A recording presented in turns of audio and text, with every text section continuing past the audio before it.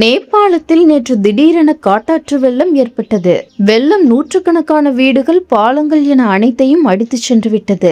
தற்போது வரை 157 பேர் சடலங்களாக மீட்கப்பட்டிருப்பதாகவும் நூற்றுக்கணக்கானோரை காணவில்லை என்று அந்நாட்டு பேரிடர் மீட்பு படையினர் அறிவித்திருக்கின்றனர்.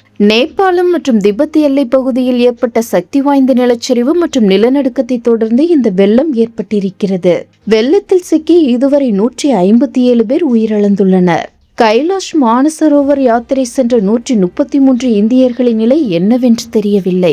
திபெத் எல்லை அருகே ஏற்பட்ட இந்த பெரிய நிலச்சரிவுதான் இந்த வெள்ளத்திற்கு காரணமாகவும் கணிக்கப்பட்டுள்ளது. இது ரிக்டர் அளவில் 5.2 பதிவான நிலநடுக்கத்திற்கு இணையான அதிர்வலைகளை ஏற்படுத்தியிருக்கிறது.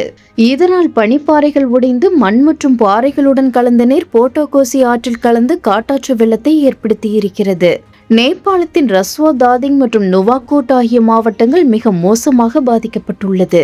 சாலைகள், பாலங்கள் மற்றும் நீர்மின் பிளான்ட்டுகள் என அனைத்தும் வெள்ளத்தில் அடித்துச் செல்லப்பட்டிருக்கிறது. காணாமல் போன நூற்றுக்கணக்கானவர்களில் இந்தியாவைச் சேர்ந்த 133 பேரும் அடங்குவர். மேலும் தமிழகத்தைச் சேர்ந்த 50 சுற்றுலா பயணிகளின் நிலை என்ன என்றும் தெரியவில்லை.